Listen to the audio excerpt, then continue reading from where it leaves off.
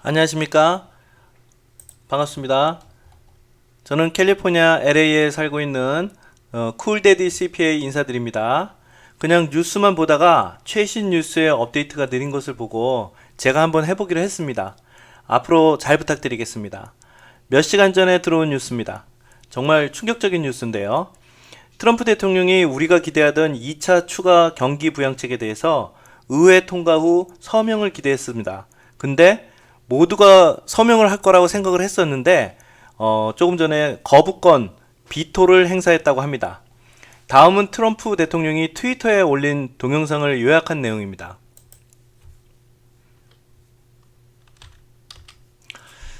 자, 트럼프 대통령 연설 내용이 4분 정도 됐고요. 연방의회에서 보내온 법안은 창피한 법안이다.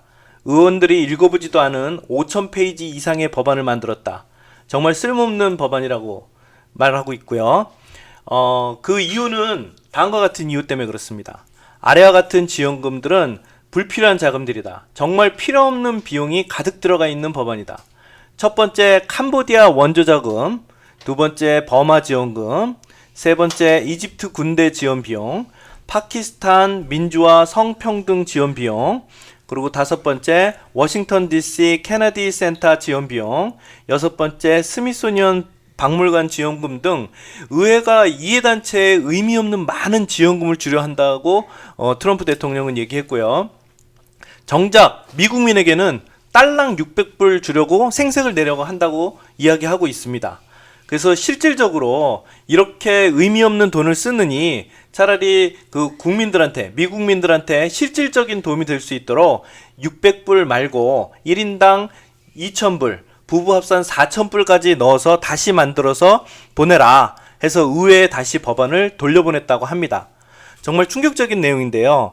어저께 그저께 저희가 느무신 재무장관까지 합세해서 연방 상원 의원장과 그리고 연방 하원 의원장인 그 세 분이 모이셔서 다 협의를 했었는데 그 협의를 해서 당연히 트럼프 대통령이 서명을 할 것이라 생각을 했는데 거부권을 행사를 했습니다.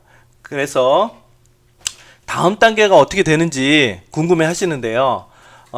다음 단계는 어떻게 되냐면 일단 의회에 다시 돌려보냈기 때문에 그 법안을 트럼프 대통령의 그 요구 사안에 따라서 법안을 수정을 해서 다시 상하원 투표를 하고 트럼프 대통령한테 와서 서명을 하는 방법이 있고요.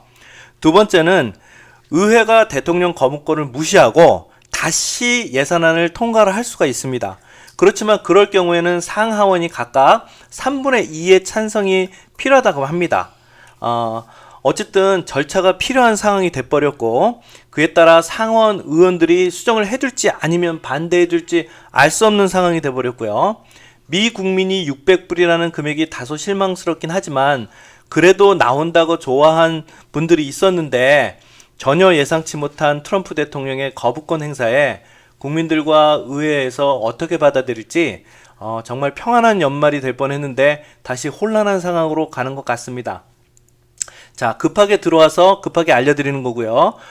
또다시 정보가 들어오면 구체적으로 알려드리겠습니다.